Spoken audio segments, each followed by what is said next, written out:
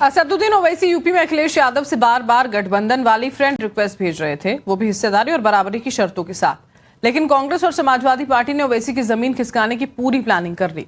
खबरों के मुताबिक यूपी में कांग्रेस एमआईएम के बड़े नेताओं को अपने पाले में लाने की पुरजोर कोशिश कर रही है। तो सवाल यह कि क्या ओवैसी की पार्टी में हो रहे गृह कलेश के पीछे कांग्रेस है? देखिए ये स्पेशल रिपोर्ट।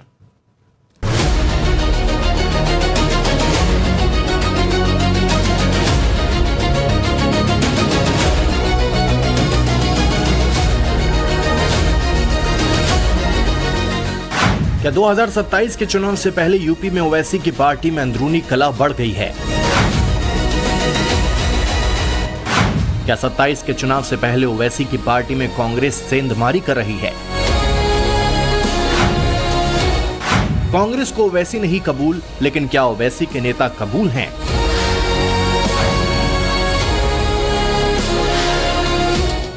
यूपी विधानसभा चुनाव जैसे जैसे नजदीक आ रहा है, वैसे वैसे मुस्लिम वोट बैंक की लड़ाई तेज हो रही है। मुस्लिम बहुल इलाकों में ओवैसी की बढ़ती ताकत और तेवर से समाजवादी पार्टी और कांग्रेस टेंशन में है। अब इन दोनों पार्टियों ने अपनी रणनीति बदल दी है।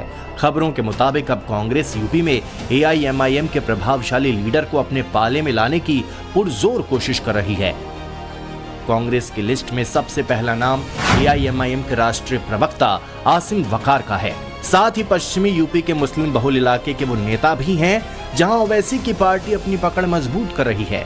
आखिर कांग्रेस ऐसा क्यों कर रही है, उसे आगे बताएंगे, लेकिन पहले ये भी जान लीजिए कि ओवैसी की पार्टी के अंदर खाने क्या चल रहा है। आसिम वकार का सोशल मीडिया पोस्ट भी इस बात की ओर इशारा कर रहा है कि यूपी में एआईएमआईएम के भीतर सब कुछ ठीक ठाक नहीं चल रहा है। आसिम वकार ने सोशल मीडिया पर पोस्ट करते हुए अपनी ही पार्टी पर सवाल उठाए हैं। दरअसल UP AIMIM chief Shaukat Ali ने 3 नेताओं को राष्ट्रीय प्रवक्ता घोषित करने का एक लेटर जारी किया, जिसमें शादाब चौहान, सैयद जवाद और मोहम्मद मकसूद अशरफ का नाम शामिल है। शौकत अली के लेटर जारी करने पर आसिम वकार ने सवाल उठाए।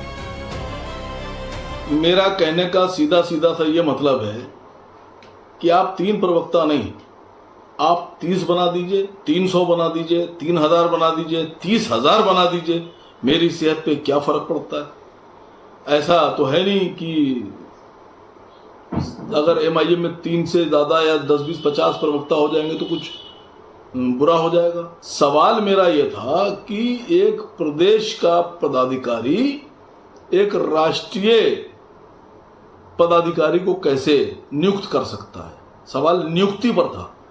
भाई उन बेचारों से, तीनों से अगर यह वादा किया गया था कि उनको राष्ट्रीय प्रवक्ता बनाया जाएगा, तो क्या परेशानी थी? अगर आपने वादा किया तो वादा फुलफिल कीजिए, पूरा कीजिए।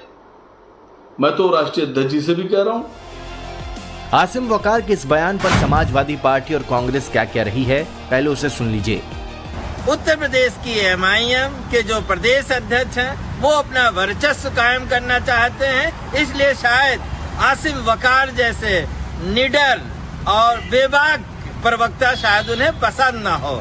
लेकिन हम कुल मिला जुला के ये समाजवादी पार्टी मानती है कि ये एमआईएम का अंदरूनी मामला है। हम तो इस बात को पहले से कह रहे हैं कि जो एआईएम एमआईएम के लोग हैं वो भाजपा के इशारे पर काम करते हैं और ये सत्ता और पैसे के स्वार्थी लोग, इनको जनता के हितों से कोई लेना देना नहीं। समाजवादी पार्टी आसिम वकार की तारीफ कर रही है। कांग्रेस भले ही स्वार्थी और बीजेपी के इशारे पर काम करने का आरोप लगा रही है, लेकिन अंदर खाने की सच्चाई क्या है?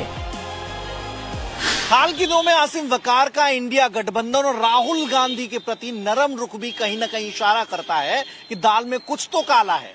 आसिम वकार ने हाल ही में एक डिबेट शो में राहुल गांधी को भावी प्रधानमंत्री बताया, तो वहीं अखिलेश यादव पर हमलावर ओम प्रकाश राजभर को भी वो जवाब दे रहे हैं। ओम प्रकाश राजभर जी आजकल एक भविष्यवाणी कर रहे हैं उत्तर प्रदेश में। बता रहे हैं कि जो अपोजिशन का नारा है पीडीए, उसका फुल फॉर्म है पीट देगा अहीर।